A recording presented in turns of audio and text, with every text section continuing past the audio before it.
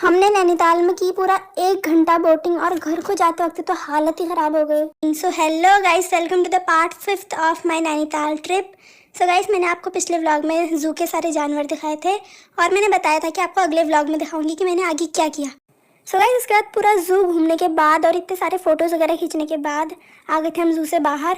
और सच में बहुत ज़्यादा भूख लग गई थी, इसलिए हम नीचे आए और ऊपर को जाते वक्त जहाँ से हमने चीज़ खरीदी थी वहीं पे बैठ गए, उसी ढाबे में बैठ गए थे खाना खाने के लिए।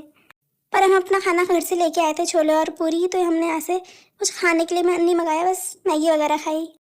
और फिर हम आ गए थे नीचे को और यहाँ पे मम्मी थक गई थी तो उनका पर्स मैंने पकड़ लिया था। और फिर नीचे आके हमने लेक के किनारे भी बहुत सारी फ़ोटोज़ खींची क्योंकि फ़ोटोज़ बहुत ज़रूरी होती हैं। फ़ोटोज़ वगैरह खींचने के बाद चले गए थे गाइस हम बोटिंग करने, और हमने डिसाइड किया था कि हम डक वाली बोट पे बोटिंग करेंगे क्योंकि वैसी वाली बोट पे 3 बड़े लोग और एक बच्चा अलाउड था और डक वाली बोट पे 4 बड़े लोग और एक बच्चा आ सकता था। क्योंकि मम्मी ने मना कर दिया था आने से, तो हम 4 लोग थे और एक बच्चा था।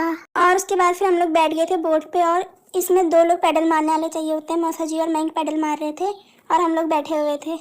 1 घंटे में वापस आना होता है वरना एक्स्ट्रा चार्ज लगता है, और 1 घंटा तो बहुत होता है गाइस पैडल मारते मारते ही। और गाइस हम लेक के बीचों बीच से राउंड लगा के आए और मम्मी हमें साइड में बैठे हुए देख रही थी और मम्मी को बैठे बैठे नींद भी आ रही थी उधर।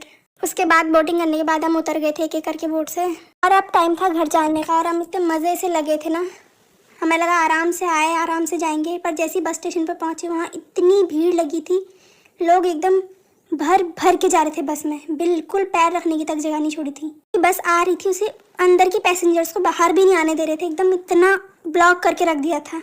और कोई कोई तो पीछे की खिड़की से चढ़ने की कोशिश कर रहे थे।